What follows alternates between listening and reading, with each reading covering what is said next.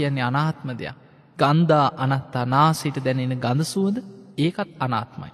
ජීවහා අනත්තා දිව කියන්නේ අනාත්ම දෙයක්. රස අනත්තා දිවට දැනෙන රසත් අනාත්මයි. කායෝ අනත්තා මේ කය සතර මහා ධාතුන්ගෙන් හටගත්ත මේ ශරීරේ අනාත්මයි. පොට්ටබ්බා අනත්තා කයට දැනෙන පහසත් අනාත්මයි. මනෝ අනත්තා මනස කියන්නේ අනාත්ම දෙයක්. ධම්මා අනත් මනසට දැනෙන අරමුණු අනාත්මයි. එතකොට බුදුරජාණන් වහන්සේ මේ අනාත්ම සංඥා භාවනාවේදී උගන්වන්නේ මේ ඇස කන නාසය දිව කය මනස කියන ආධ්‍යාත්මික ආයතන හයත් ඒවට ගෝචර වෙන අරමුණු වලට කියනවා බාහිර ආයතන. ඇහැට පේන්නේ රූප, කනට ඇහෙන්නේ ශබ්ද, නාසයට දැනෙන්නේ ගඳ සුවඳ, දිවට දැනෙන්නේ රස, කයට දැනෙන්නේ පහස, මනසට දැනෙන්නේ අරමුණු. එතකොට මේ ආයතන හයට ගෝචර වෙන බාහිර අරමුණු වලට කියනවා බාහිර ආයතන. අභ්‍යන්තර ආයතන කියලා කියන්නේ මේ ශරීරයේ තුල තියෙන ඇස කන නාසය දිවකය මනස කියන ආයතන හය. එතකොට මේ ආධ්‍යාත්මික ආයතනත් බාහිර ආයතනත් අනාත්මයි කියලා. මේවා එකක්වත් Tamanගේ වසඟේ පවත්වන්න බැහැ කියලා හොඳට නුවණින් විමස බලන්න කියනවා. දැන් ඔබ හිතන්න ඔබේ ඇහැ ගැන. ඔබේ ඇස ඔබට ඕන විදිහට පවත්ව ගන්න පුළුවන් නම් ඔබේ ඇහැ තුල ආත්මයක් තියෙනවා නම් කවදාවත් ඔබේ ඇස ලෙඩ වෙන්නේ නැහැ. කවදාවත් ඔබේ ඇස වයසට යන්නේ නැහැ. කවදාවත් ඔය ඇහැට ලෙඩක් හැදෙන්නේ නැහැ. කවදාවත් ඇස නැසී වෙනසී යන්නේ නැහැ. ඇයි ඔබට පුළුවන් ඔබට ඕන විදිහට පවත්වන්න.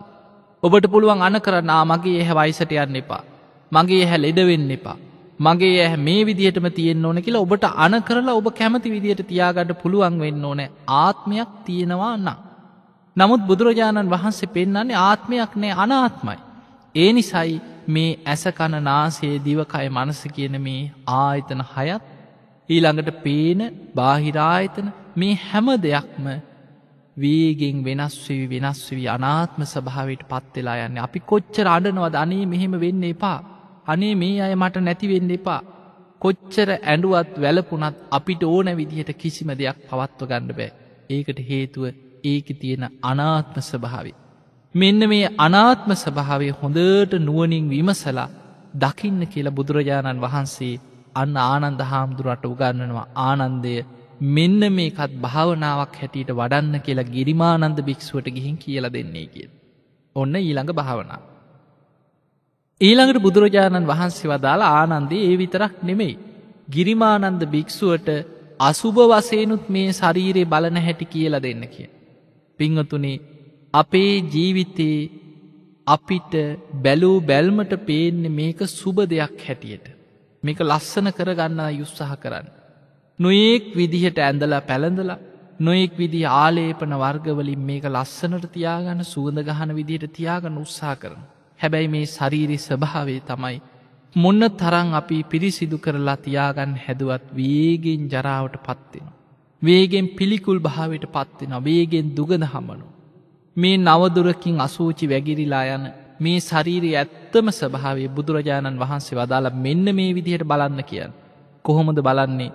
භික්ෂුවක් විවේක තැනකට ගිහින් භාවනා කරන්න සුදුසු තැනකට ගිහිල්ලා මේ විදිහට සිහි කරනවා. උද්දම් පාදතලා අදෝ කේස මත්තකා තමන්ගේ පාදයෙන් උඩ කෙස් රොදෙන් පහළ මේ හිස් මුදුන ඉඳන් පාදාන්තයේ දක්වා මේ ශරීරයේ සකස් වෙලා තියෙන නොයෙක් කොටස් තියෙනවා. පඨවි ධාතු කොටස් 20ක් තියෙනවා. ආපෝ ධාතු කොටස් 12ක් තියෙනවා. මෙන්න මේ කොටස් 32 පඨවි ධාතු කොටස් 20යි ආපෝ ධාතු කොටස් 12යි. මේ ටික තමයි පිළිකුල් හැටියට බලන්නේ. දැන් ධාතු මනසිකාර කියලා භාවනාවක් වඩනවා බුදුරජාණන් වහන්සේ. එතකොට තේජෝ වායෝ කියන සතර මහා ධාතුම පඨවි ආපෝ තේජෝ වායෝ කියන මේ හතරම අරගෙන ඒවැ ධාතු ස්වභාවය බලන්නයි උගන්වන්නේ. නමුත් අසුභ භාවනා වඩන කෙනා තේජෝ වායෝ කියන ඒ ධාතු දෙක අතරින් පඨවි ආපෝ කියන මේ කොටස් දෙක විතරක් අරගෙන පඨවි ධාතු කොටස් 20ක් තියෙනවා. කේස් ලොම් නිය දත් සම් මස් නහර ඇට ඇටමිදුළු වකුගඩු හදවත අක්මාව මේ විදියට මේ ශරීරයේ තියෙන කිලෝමකම් පිහකම් පප්පාසං අන්තං අන්තගුණං උදරියං කරීසං මේ සියලු කොටස් අරගෙන මේවා පිළිකුල් හැටියට බලනවා. මේක කුණු වෙලා යන දෙයක්, දුගද හමන දෙයක්, පිළිකුල් දෙයක් කියලා හොඳට යථා ස්වභාවය බලන. ඊළඟට දිය වෙලා යන දේවල් තියෙනවා. පිත, සෙම, සැරවලේ, දහඩිය, කඳුළු, උරුණු තෙල්, කෙල, සොටු, මුට්‍රා, මේ ශරීරයේ තියෙන මේ වැගිරිලා යන, දිය වෙලා යන ආපෝ ධාතු කොටස් අරගෙන හොඳට විමස බලනවා මේවා ඇත්තම ස්වභාවය මොකක්? මේක කුණු වෙලා යන දෙයක් නේද? වැගිරිලා යන දෙයක් නේද? ඊතා පිළිකුල් ස්වභාවයෙන් යුක්ත ගඳ ගහන දෙයක් නේද? ඒ විදිහට තමන්ගේ ශරීරයේ හැදිලා තියෙන මේ දෙතිස් කුණුප කොටස් වල යථා ස්වභාවය හොඳට විමස බලනකොට අන්න තමන්ට මේ ශරීරයේ ඇත්තම ස්වභාවය මේක සුබ දෙයක් නෙමෙයි. මේක අසුබ දෙයක්. මේක පිළිකුල් සහගත දෙයක්. මේක කුණු වෙලා යන ශරීරයක් කියලා අන්න තමන්ට වැටහෙන්න පටන් ගන්න. අන්න ඒ වැටහීමත් එක්ක ශරීරයේ ගැන තියෙන අර වැරදි සහගත මුලාව, ඊළඟට වැරදි සහගත දැකීම් මේ සියල්ල ටික දුරු වෙලා යනවා. ඒ නිසා බුදුරජාණන් වහන්සේ උගන්වන්නේ මේ රාග සහිත සිතක් කෙනෙක් තුල වර්ධනය වෙන්නේ, ඇවිස්සෙන්නේ. මේ රාගයේ තමන්ට පාලනය කරගන්න බැරි විදිහට බලවත් වෙන්නේ ශරීරයේ සුබ වශයෙන් බැලීම නිසායි. ඒ නිසා බුදුරජාණන් වහන්සේ ඉගැන්වූ අසුභ භාවයේ තබ්බා රාගස්ස පහනාය. මේ රාග සහිත සිත යටපත් කරගන්න නිතර අසුභේ වඩන්න, අසුභේ පුරුදු කරගන්න. අසුභ භාවනාව දියුණු කිරීම තුළ රාගේ යටපත් කරගන්න පුළුවන්කම ලැබෙනවා. අන්න බුදුරජාණන් වහන්සේ උගන්වනවා ගිරිමානන්ද භික්ෂුවට මේ දෙතිස් කුණුප කොටස් ශරීරයේ බෙදාගෙන කුණුප කොටස් හැටියට පිළිකුල් දේවල් හැටියට අසුභ වශයෙන් බලන්න පුරුදු කරන්න කියනවා. ඊළඟට බුදුරජාණන් වහන්සේ වදාළ ආනන්ද ඒ විතරක් නෙමෙයි, ආදීනව සංඥාවක් කියලා දෙන්න. කොහොමද ආදීනව සංඥාව වඩන්නේ? භික්ෂුවක් ගහක් මුලකට හරි භාවනා කරන්න සුදුසු තැනකට, බොහෝම නිස්කලංක තැනකට ගිහිල්ලා මේ ශරීරයේ තියෙන ලෙඩ රෝග ගැන විමසලා බලනවා. අන්න ඒකයි ආදීනවේ. බොහෝ දුක් තියෙන, බොහෝ ආදීනව තියෙන ශරීරයක් නේද මම මේ දරාගෙන ඉන්නේ. මේ ශරීරේ කොච්චර ලෙඩ හැදෙනවද? චක්කු රෝගෝ, මේ ඇස්වල ලෙඩ හැදෙනවා. සෝත රෝගෝ, කනේ ලෙඩ රෝග හැදෙනවා. ගාන රෝගෝ, නාසයේත් ලෙඩ වෙනවා. ජීවහා රෝගෝ, මේ දිවේ කොච්චරනම් ලෙඩ හැදෙනවා. දිව කුණු වෙලා යනවා. සමහරුන්ගේ දිවේ පිළිකා එනවා. එතකොට මේ විදිහට එකින් එක විමසනවා. කාය රෝගෝ, මේ ශරීරයේ මුල් කරගෙන මේ ශරීරය තුල කොයි තරම්නම් ලෙඩ හැදෙනවද? සමහරුන්ගේ ජීවත් වෙලා ඉන්නේ නැද්දිම අතපය කොටසෙන් කොටස කප අයින් කරනවා. පොඩ්ඩක් හරි කොටසක් හරි ජීවත් කරගන්න. ඊළඟට මේ විදිහට කන්හ රෝගෝ, මුඛ රෝගෝ, මේ විදිහට මේ කනේ, ඊළඟට තමන්ගේ කටේ, මේ ශරීරයේ හැම තැනම ඇති වෙන ලෙඩ එකින් එක විමසලා මේ තියෙන ලෙඩ ටික ගැන හිතාගෙන යනවා.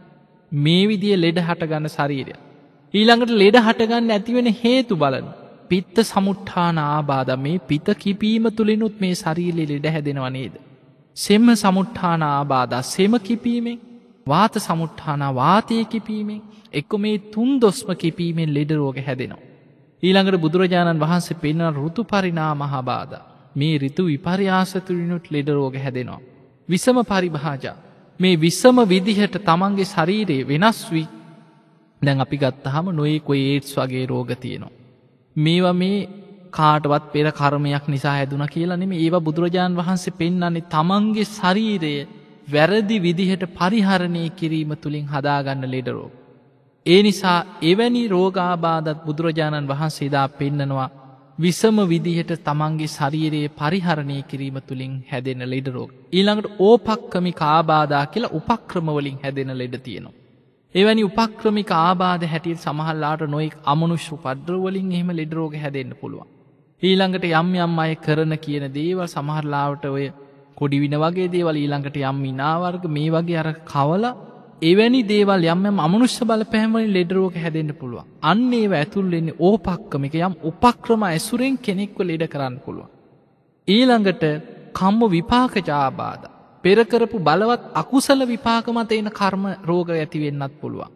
ඊළඟට ඒ විතරක් නෙමෙයි, සීත, උණුසුම, පිපාසයේ බඩකින්, මේ හැම දෙයක්ම මුල් කරගෙන ලෙඩ රෝග හැදෙන්න පුළුවන්.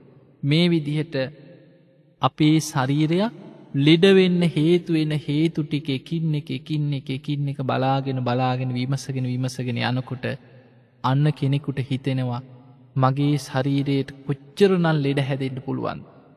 මේ ශරීරයේ මම මේ විදිහට නිරෝගී කියලා හිතුවට ලෙඩ ගොඩක් නේද? අන්න එහෙම හිතනකොට අන්න මේ කයේ ඇත්ත ස්වභාවය ටික ටික තේරෙනවා.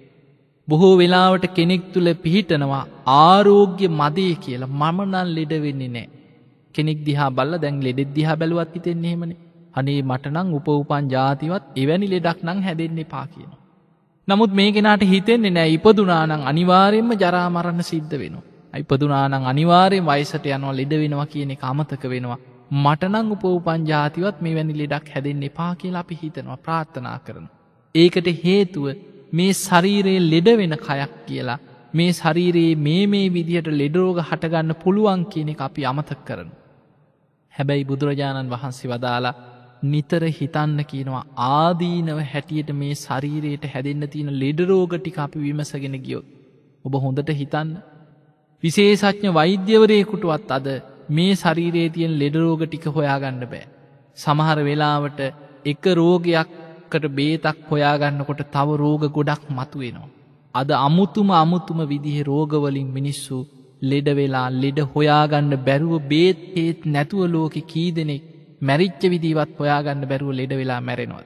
එතකොට මේ ශරීරයේ තියෙන මේ ලෙඩ හටගන්න මේ ස්වභාවය ගැන රෝගවලට ගොදුරක් නේද මේ මගේ ශරීරය කියලා හොඳට විමසගෙන යනකොට අන්න ශරීරය ගැන තියෙන අවිද්‍යාව මුලාව රාගය වැරදි සහගත දෘෂ්ටිය සියල්ල නැති වෙලා ආදීනව හැටියට මේ ශරීරය බලන්න පුරුදු වෙනවා. අන්න තවත් භාවනාවක් හිත දියුණු කරගන්න.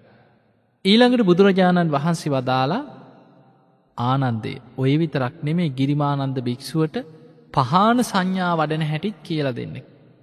පහාන සංඥාව කියන්නේ ප්‍රහාණය කරන හැටි. මොනවද ප්‍රහාණය කරන්නේ? කාම විතර්ක ඇති වෙනවා. හිතට ඇති වෙනවා රාග සහිත සිතුවිලි. එතකොට මේ රාග සහිත සිතුවිලි බුදුරජාණන් වහන්සේ වදාලා නාදිවාසේදී පජහති විනෝදේති බිහන්ති කරොත් අනභවං ගමේති. ඒවා ඉවසන්නේ නැහැ. ඒවට හිත ඇතුලේ වර්ධනය වෙන්න ඉඩ තියන්නේ නැහැ. ඒවා බැහැර කරනවා දුරු කරනවා දුරින්ම දුරු කරලා හිතෙන් ප්‍රහාණය කරලා දාන්නට ඕන. හිතට යම් කිසි රාග සහිත සිතුවිල්ලක් ඇති වෙනවනම් යම් කිසි කෙනෙක් ඒ රාග සහිත සිතුවිල්ල අල්ලගෙන ඒ තුල අයෝනිසෝ මනසිකාරයේ යෙදුනොත් තමයි නූපන් රාගයේ උපදින්නේ උපන් රාගයේ වර්ධනය වෙන්නේ. ඒ නිසා ඒ රාග සහිත සිත හිතේ වැඩෙන්න ඉඩ දෙන්නේ නැතුව ඒ මුල් කරගෙන ඒ අරමුණු කරගෙන අසුබ වශයෙන් පිළිකුල් වශයෙන් වැඩිම තුල ඒ රාග සහිත සිතුවිල්ල බැහැර කරගන්න දුරු කරගන්න පුළුවන්කම ලැබෙනවා. අන්න ඒ විදියට උපන්නා වූ කාම විතර්ක හිතේ වර්ධනය වෙන්න ඉඩ දෙන්නේ නැතුව යම් කිසි කෙනෙක් වීරියෙන් මේ කාම විතර්ක ප්‍රහාණය කරන්න උත්සාහ ගන්නවා නම් අන්න පහාන සංඥා වඩන කෙනෙක්. ඊළඟට බුදුරජාණන් වහන්සේ වදාළ ඒ විතරක් නෙමෙයි කෙනෙක්ගේ හිතේ ඇති වෙන ව්‍යාපාද විතර්ක තරහ සහිත සිතුවිලි. යම් කිසි කෙනෙක් ගැන අසවලා මට මෙහෙම කරා මට මේ වගේ අලාභහානි කරලා තියෙනවා මට මේ වගේ කරදර කරලා තියෙනවා. එතකොට මේ විදිහට කෙනෙකුට තව කෙනෙක් ගැන යම් කිසි ව්‍යාපාදයක් ද්වේෂයක් තරහාවක් ඇති වෙනකොට ඒ සිතුවිල්ල හටගත්ත සැනින් හිතේ වර්ධනය වෙන්න ඉඩ දෙන්නේ නැතුව හිතෙන් දුරු කරන්න ඕන. නාදිවාසේත් හිත තුල වැඩෙන්න ඉඩ දෙන්නේ නැහැ. පජහති බැහැර කරනවා. විනෝදේති බිහන්ති කරොත් අනභවං ගමේති. ඒවා හිතේ වර්ධනය කරන්න නැතුව බැහැර කරලා දුරු කරලා දුරින්ම දුරු කරලා දාන්න කියලා බුදුරජාණන් වහන්සේ උගන්වනවා. ඊළඟට විහිංසා විතර්ක කෙනෙකුට මරන්න ඕන, කොටන්න ඕන, හිංසා කරන්න ඕන, ඉතුරු කරන්න හොඳ නැහැ. ඔය විදියට හිංසා සහිත සිතුවිලිත් මතුවෙන්න පුළුවන්. අර ද්වේෂය වැඩිදුර හිතන්න වෛරයක් වෙනවා. ඊළඟට පලි ගන්න හිතෙනවා, හිංසා කරන්න හිතෙනවා. එතකොට මේ කෙනෙක්ගේ හිතේ ඇතිවෙන මේ කාම විතර්ක, විහිංසා විතර්ක, ව්‍යාපාද විතර්ක වලට ඉඩ දෙන්නේ නැතුව ඒවා හිතෙන් බැහැර කරන්න උත්සාහ කරනවා කියන්නේ අන්නේ කෙනා පහාන සංඥා වඩන කෙනෙක්. බුදුරජාණන් වහන්සේ වදාලා ආනන්දය ගිරිමානන්ද භික්ෂුවට මේ පහාන සංඥාව ගැනත් කියලා දෙන්න කීවා. හිතේ හටගන්න කාම විතර්ක, ව්‍යාපාද, විහිංසා විතර්ක ප්‍රහාණය කරලා නූපන් අකුසල් නූපද වෙන හිටියට වීරිය කරන්න ඕන. උපන්නා වූ කුසල් පැත්ත දියුණු කරගන්න ඕන. උපන් අකුසලයක් තියෙනවා නම් ඒවා ප්‍රහාණය කරගන්න ඕනේ. නූපන් කුසල් පැත්ත උපදවා ගන්න වීරිය කරන්න කියලා පහාන සංඥා වඩන හැටි කියලා දෙන්න. ඊළඟට බුදුරජාණන් වහන්සේ තවත් සංඥාවල් දෙකක් උගන්වනවා. විරාග සංඥා, නිරෝධ සංඥා. මේ දෙකම නිවන අරමුණු කරගෙන නිවනේ හිත පිහිටවන සංඥාවල් දෙකක් සමාපatti දෙකක්. හැබැයි ඒ විරාග සංඥාවත් නිරෝධ සංඥාවත් වඩන්න පුළුවන්කම තියෙන්නේ හොඳට හිත දියුණු කරලා. මේ පංච උපාදානස්කන්ධය ගැන විදර්ශනා වඩලා සක්කාය දිට්ඨිය ප්‍රහාණය කරගත්ත කෙනෙකුට තමයි නිවන අරමුණු කරලා නිරෝධ සංඥාව විරාග සංඥාව වඩන්න පුළුවන් වෙන්නේ. බුදුරජාණන් වහන්සේ කොහොමද නිවන අරමුණු කරන හැටි පෙන්වන්නේ? යම් කිසි කෙනෙක් ආනන්දය විරාග සංඥාව ගැන උගන්වන්නේ මෙන්න මේ විදිය. ආනන්දය ගස් සෙවණකට ගිහිල්ලා රුක්ක මූලයකට ගිහිල්ලා කෙනෙක් සිහි කරනවා ඒතං සාන්තං නිවන අරමුණු කරනවා. පංච උපාදානස්කන්ධය හොඳට විදර්ශනා වඩනකොට පංච උපාදානස්කන්ධයෙන් හිත මිදෙන වෙලාවක් එනවා. తాවකාලිකව හිත පංච උපාදානස්කන්ධයෙන් මිදෙනවා. අන්නේ මිදෙන මොහොත අරමුණු කරලා හිතනවා ඒතං සාන්තං. මේක සාන්ත වූ තැනක්. ඒතං ප්‍රණීතං. ඊ타මත් ප්‍රණීත වූ තැන. යදිදන් සබ්බ සංඛාර සමතෝ සියලු සංස්කාර ධර්මයන් සංසිඳී ගිය තැන. සබ්බූපදි පටිනිස්සග් සියලු කෙලෙස් සහිත කර්මයන් බැහැර වෙච්ච තැන. තණ්හක්කයෝ තණ්හාව නැති තැන. විරාගෝ මගේ හිත විරාගයට පත්වෙච්ච තැන. නිබ්බාන ඒ නිවනයි සාන්ත කියලා නිවනේ ස්වභාවය සිහි කරනු. ඒ කියන්නේ පින්වතුනි හොඳට හිත වඩපු කෙනෙකුට සෝවාන් මට්ටමටවත් හිත දියුණු කරගත්ත කෙනෙකුට සක්කාය දිට්ඨියෙන් මිදිච්ච කෙනෙකුට මේ පංච උපාදානස්කන්ධය හොඳට විදර්ශනා වඩනකොට නිවන අරමුණු වෙනවා. ඒ නිවන අරමුණු වෙච්ච සැනින් ඒ නිවනේ හිත පිහිටෝල සමාපත්තියක් හැටියට විරාග සංඥාව වඩලා පුරුදු කරන්න පුළුවන්කම තියෙනවා. අන්නේ නිවනේ ස්වභාවය තමයි මේ සිහි කරන්නේ ඒතං සන්තම් මේ නිවන කියන්නේ සාන්ත වූ තැන. පංච උපාදානස්කන්ධයෙන් හිත මිදිච්චේ මොහොතේ ස්වභාවය සාන්ත වූ තැන. ඒතං ප්‍රණීතම් මේක ප්‍රණීත වූ මොහොතක්. යදිදන් සබ්බ සංඛාර සමතෝ ඒ නිවන තුල සියලු සංස්කාරයන් කෙලෙස් සහිත කර්ම සංසිඳිච්ච තැන. සබ්බූපදි පටිනිස්සග්ග උපදි කියන කෙලෙස් ඒවා බැහැර වෙලා තණ්හක්කයෝ තණ්හාව ෂේ වෙලා විරාගයට පත් වෙලා ඒ නිවන සාන්තයි ප්‍රණීතයි කියලා නිවන අරමුණු කරන්න කියනවා. ඊළඟට නිරෝධ සංඥාව කියන්නේ ඒ හා සමානවම පංච උපාදානස්කන්ධයෙන් හිත මුදවලා නිවනේ හිත පිහිටවලා ඒ විරාගේනුත් මිදිච්ච නිරෝධය අරමුණු කරන මොහොතක්. එතනදි සිහි කරන්නේ භික්ෂුවක් ඒතං සාන්තං මේක සාන්ත වූ තැන. ඒතං ප්‍රණීතං ඊ타මත්ම ප්‍රණීතයි නිවන කියන්නේ. යදිදන් සබ්බ සංඛාර සමතෝ සියලු කෙලෙස් සහිත කර්මයන්ගෙන් බැහැර වෙච්ච තැන. සබ්බූපදි පටිනිස්සග්ග උපදී ඒ කෙලෙසුන්ගෙන් බැහැර වෙලා සියලු සංස්කාරයන්ගෙන් නිදහස් වෙලා තණ්හක්කයෝ තණ්හාව ෂේ වෙච්ච තණ්හාවෙන් මිදිච්ච තැන. නිරෝධෝ ඒ නිවන සාන්තයි ප්‍රණීතයි කියලා නිවනේ ස්වභාවය සිහි කරලා සමාපත්තියක් හැටියට වඩන්න කියලා. එතකොට බුදුරජාණන් වහන්සේ ගිරිමානන්ද භික්ෂුවට කියලා දෙන්න කියලා ඒ විරාග සංඥාව නිරෝධ සංඥාවත් වඩන හැටි බුදුරජාණන් වහන්සේ ආනන්ද හාමුදුරන්ට ඉගැන්වුවා. ඒ විතරක් නෙමේ බුදුරජාණන් වහන්සේ ආනන්ද හාමුදුරන්ට උගන්වනවා ආනන්දය ගිරිමානන්ද භික්ෂුවට කියලා දෙන්න සබ්බ ලෝකයේ අනබිරත සංඥාවත් වඩන්න කියලා. සියලු ලෝකයන් කෙරෙහි නොඇලීමෙන් වාසය කරන්න කියන. කොහොමද සියලු ලෝකයන් කෙරෙහි නොඇලීමෙන් වාසය කරන්න? අපේ හිත දිව්‍ය ලෝකවලට බ්‍රහ්ම ලෝකවලට කාමලෝකයට කාමලෝක රූපලෝක අරූපලෝක කියන මේ සියලු ලෝකයන් කෙරෙහි ඇලීමක් තියෙනවා. ඒ නිසා යම් කිසි කෙනෙක් මේ කාමලෝකෙන් මිදෙනකොට යාගේ හිත රූප අරූප ලෝකවල පිහිටනවා. මේ සියලු ලෝකයන්ගෙන් මිදෙන්න නම් සබ්බ ලෝකයේ අනබිරත සංඥාව භාවනාවක් හැටියට වඩන්නට ඕන. ඒක වඩන හැටි බුදුරජාණන් වහන්සේ උගන්වලා තියෙනවා. මේ පංච උපාදානස්කන්ධය ලෝකේ යම් තැනක පවතින්න පුළුවන් නම් ඒ පවතින්න තියෙන ආකාර 11ක් තියෙනවා. අතීත අනාගත වර්තමාන තමා තමාගෙන් බාහිර හීන ප්‍රනීත ගුරුසු සියුම් දුර ළඟ. ඔන්න ඔය විදිහට විතරයි පංච උපාදානස්කන්ධයක් ලෝකේ පවතින්නේ. එක්ක අතීතයේ පැවතිච්ච පංච උපාදානස්කන්ධ ගැන යම් කිසි කෙනෙක් සිහි කර කර හිතේ තණ්හාව ඇති කරගන්න. අනාගතයේ පංච උපාදානස්කන්ධයක් මම මේ විදියට උපදින්න ඕන කියලා මවාගෙන ඒ කෙරෙහි තණ්හාව උපද්දවන. එක්ක වර්තමානයේ මේ තියෙන පංච උපාදානස්කන්ධය ගැන ඇලීමෙන් තණ්හාව උපද්දව ගන්න. එහෙම නැත්නම් හීන ස්වභාවයෙන් යුක්ත පංච උපාදානස්කන්ධ කෙරෙහි හිතේ ඇලීමක් බැඳීමක් තියෙන්න පුළුවන්. ප්‍රණීතයි කියලා අපි පිළිගත් විශ්වාස කරන දිව්‍ය බ්‍රහ්මාදී ලෝකයන්ගේ සත්‍යයන්ගේ පංච උපාදානස්කන්ධ ගැන හිත පිහිටවන්න පුළුවන්. දුර ළඟ මේ විදිහට ඇලීමක් පිහිටවන්න පුළුවන්. එක්ක ගොරෝසු ශරීර තියෙන මේ කබලින්කාර ආහාරවලින් පෝෂණය වෙන අපේ ශරීර ගැන ඇලීමක් තියෙන්න පුළුවන්. එහෙම නැත්නම් හිතන්න පුළුවන් මීට වඩා හොඳයි මට සියුම් ශරීරයක් තියෙන දිව්‍ය බ්‍රහ්මාදී ශරීරයක් ලැබුණා නම් කියලා එහෙම හිත පිහිටවනවා. එතකොට මේ 11 ආකාරයේම තියෙන පංච උපාදානස්කන්ධ හීන ප්‍රනීත ගොරෝසු සියුම් දුර ළඟ තමා තමාගෙන් බාහිර අතීත අනාගත වර්තමාන මේ සියලුම පංච උපාදානස්කන්ධ අනිත්‍යයි දුකයි අනාත්මයි මේවා මම නොවේ මගේ නෙවේ මගේ ආත්මය නෙවේ මේ තුල තියෙන්නේ අනිත්‍ය වූ දුක් වූ අනාත්ම වූ ස්වභාවයක් මයි කියලා පංච උපාදානස්කන්ධයේ යම් තැනක යම් විදිහකට පවතින්න පුළුවන්ද ඒ සියලු පංච උපාදානස්කන්ධයන් අනිත්‍ය වශයෙන් බැලීම තුල අන්න ලෝකෙ කිසිම තැනක හිත පිහිටන්නේ නැහැ. සබ්බ ලෝකී අනබිරත සංඥාව. අන්න බුදුරජාණන් වහන්සේ ආනන්ද හාමුදුරන්ට ඉගැන්වුවා ආනන්දේ මේකත් ගිහින් ගිරිමානන්ද භික්ෂුවට කියලා දෙන්න කියලා. ඊළඟට බුදුරජාණන් වහන්සේ උගන්වනවා සබ්බ සංඛාරේසු අනිච්ච සංඥා. සියලු සංස්කාරයන් අනිත්‍ය හැටියට බලන්න කිය. මොනවද මේ සියලු සංස්කාර කියන්නේ?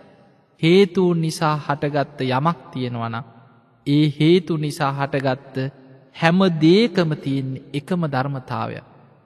උප්පාදෝ පඤ්ඤායති හට ගැනීමක් පේන්න තියෙනවා. වයෝ පඤ්ඤායති වෙනසී යාමක් පේන්න තියෙනවා. තිතස්සඤ්ඤ තත්තම් පඤ්ඤායති ඒ පවතින ක්‍රියාවලිය තුල අනිත්‍ය වෙමින් පවතින ස්වභාවයක් තියෙනවා. එතකොට මේ හට ගැනීම නැතිවීම විනාශ වෙමින් පැවතීම කියන මේ ධර්මතාවය මේ ලෝකේ හැම හේතුන් නිසා හටගත්ත සෑම දෙයක් තුළම පවතිනවා සංකතයක ලක්ෂණ. එතකොට මේ සබ්බ සංඛාර කියන මේ හේතු නිසා හටගත් සියල් මේ ලෝකේ ගස් කොළන් ඊළඟට ගෙවල් දොරවල් පුද්ගලයෝ මිනිස්සුયો සත්වයෝ මේ මුළු විශ්වයම හැම දෙයක් අනිත්‍යයි.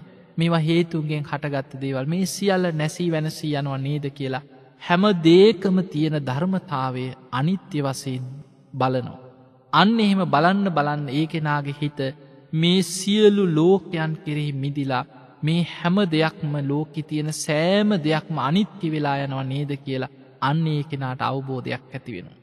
අන්න බලන්න බුදුරජාණන් වහන්සේ ගිරිමානන්ද භික්ෂුවට භාවනා ක්‍රම හැටියට උගන්වන හැටි ඊළඟට බුදුරජාණන් වහන්සේ ආනන්ද හාමුදුරන්ට කියන ආනන්ද ආනාපාන සති භාවනාවත් කියලා දෙන්න කියලා. එතකොට ওই විදිහට භාවනා ක්‍රම 10ක් ඉගැන්වුවා. ඒ භාවනා ක්‍රම 10 එදා බුදුරජාණන් වහන්සේගෙන් අහගත්ත ආනන්ද හාමුදුරු ගිරිමානන්ද භික්ෂුවට ගිහිල්ලා මේ භාවනා ක්‍රම 10 ගැන කියලා දෙනවා. අනිත්‍ය වශයෙන් බලන්න අනිච්ච සංඥාව, ඊළඟට අනාත්ම වශයෙන් බලන හැටි, ඊළඟට විරාග සංඥා, නිරෝධ සංඥා, සබ්බ ලෝකේ අනිබිරත සංඥා, සබ්බ සංඛාරේසු අනිච්ච සංඥා, ආනාපාන සති. එතකොට මේ භාවනා ටික ඔක්කොම කියලා දෙන්නකොට ආනන්ද හාමුදුරු බුදුරජාණන් වහන්සේගෙන් අහගෙන මේ දස සංඥාව ගිහින් ගිරිමානන්ද භික්ෂුවට ගිහින් කියනවා ගිරිමානන්ද ස්වාමින් වහන්සේ ළඟට ගිහිල්ලා එතකොට බොහොම ගිලන් වෙලා බොහොම අසාධ්‍ය වෙලා අසනීපෙන් ඉන්නකොට ගිහින් බුදුරජාණන් වහන්සේ ඔබට මේ දස සංඥාවල් ගැන කියලා දුන්නා හොඳට අහගන්න කියලා ගිරිමානන්ද හාමුදුරු ගිලන් වෙලා බුදුරජාණන් වහන්සේ කියපු දෙයක් නේද මම වෙනුවෙන් කියලා බොහෝම සද්ධා ගෞරවයෙන් වැඳගෙන අහගෙන හිටියා. ආනන්ද හාමුදුරුවෝ මේ දස සංඥාව කියලා දුන්න එකින් එක බුදුරජාණන් වහන්සේ මෙන්න මේ විදිහට බලන්න පුරුදු කෙරෙව්වා. ඒ දස සංඥා ගැන හොඳට අහගෙන ඉන්නකොට හිත ඒ තුල පිහිටියා. ඒ දේශනාව අවසන් වෙනවත් එක්කම ගිරිමානන්ද ස්වාමින් වහන්සේගේ අර රෝගී සුවපත් භාවයට පත් වුණා. අර ශරීරයේ තිබ්බ වේදනාවල් එහෙම යටපත් වෙලා සුවපත් භාවයට පත් වුණා කියලා සඳහන් වෙනවා.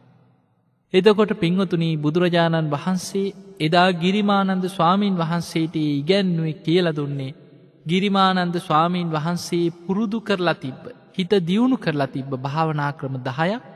ඒ 10 සිහි කිරීම තුල තමයි තමන්ගේ හිතේ තිබ්බ අර කෙලෙස් යටපත් වීම තුල තමන් දියුණු කරපු ආධ්‍යාත්මික ගුණධර්ම වන අනිච්ච සංඥාව, අනාත්ම සංඥාව, අසුභ සංඥා, ආදීනව සංඥා, පහාන සංඥා, විරාග සංඥා, නිරෝධ සංඥාව, සබ්බ ලෝකේ අනිබිරත සංඥා, සබ්බ සංඛාරේසු අනිච්ච සංඥා, ආනාපාන සති කියන ඒ තමන් දියුණු කරලා තිබ්බ භාවනාවල් සිහිපත් කර ගැනීම තුල මම මේ වගේ භාවනා වැඩුවා නේද කියලා ආයමත් ආවර්ජනය කර ගැනීම තුල තමන්ගේ හිතේ තියෙන කෙලෙස් යටපත්වීම තුළ හිත ප්‍රබෝධයට පත්වෙනකොට අර රෝගේ සුවපත් වෙලා ගියේ.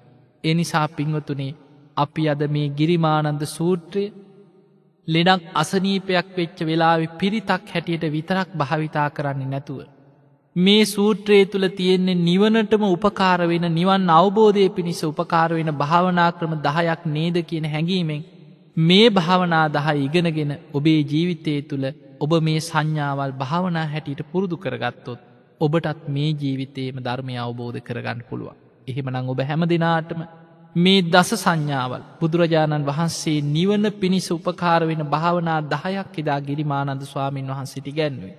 මේ භාවනාවල් ඉගෙනගෙන දියුණු කරගෙන ඔබටත් මේ ජීවිතයේදීම උතුම් වූ ධර්මයේම අවබෝධ කරගන්න වාසනාව උදා වේවා කියලා ආශිර්වාද කරනවා. පින්වතුනි අද ධර්ම දේශනාවෙන් ධර්මානුශාසනාවෙන් අපි රැස් කරගත් සියලු පුණ්‍ය ධර්මයන් පින් කැමති සියලු දෙවියන්ට අනුමෝදන් කරමු. දෙවියෝ මේ පින් දැක බලා අනුමෝදන් වෙත්වා. දෙවියන්ගේ දිව්‍ය අසීසුරු වර්ධනය කරගෙන සියලු දෙවියෝ සංසාර දුකින් අත මිදේවා කියලා සාදු කියලා දෙවියන්ට පින් අනුමෝදන් කරමු. ඒ වගේ මේ ධර්මයේ ශ්‍රවණය කරපු ලංකාවාසී ලෝකවාසී ඔබ හැම දෙනෙක් නමෙම මිය පරලෝකීය සියලු ඥාතීන්ටත් මේ පින් අනුමෝදන් වෙලා ඒ අයගේ පරලොව ජීවිත සැපවත් වේවා සුවපත් වේවා. ඒ මිය පරලෝකීය ඥාතීන් වහවහා සංසාර දුකින් අත මිදේවා කියලා සාදු කියලා පින් අනුමෝදන් කරන්න. ඒ වගේම ධර්ම ශ්‍රවණය කරපු ඔබ හැම දෙනාටමත් ඔබේ දූ දරු ඥාති හිත මිත්‍රාදී සෑම සියලු දෙනාටම මේ සියලු පින ඒකාකාර උපකාර වේවා. කාය චිත්ත පීඩා දුරු වේවා. තුනුරුවන්ගේ අනන්ත ආරක්ෂා රැකවරණ සැලසේවා. හැම දිනාටම ධර්ම අවබෝධයේ පිණිස මේ සියලු පින උපකාර වේවා කියලා අපි ආශිර්වාද කරනවා. ආකාසට්ඨා ච බුම්මට්ඨා දේවා නාග මහිද්దికා පුඤ්ඤන්තං අනුමෝදිත්වා චිරන් රක්ඛන්තු ලෝක සාසනං. ආකාසට්ඨා ච බුම්මට්ඨා දේවා නාග මහිද්దికා පුඤ්ඤන්තං අනුමෝදිත්වා චිරන් රක්ඛන්තු දේශනං. ආකාසට්ඨා ච බුම්මට්ඨා දේවා නාග මහිද්దికා පුඤ්ඤන්තං අනුමෝදිත්වා චිරන් රක්ඛන්තු ත්වං සදා. හැම දිනාටම සම්මා සම්බුදු සරණයි.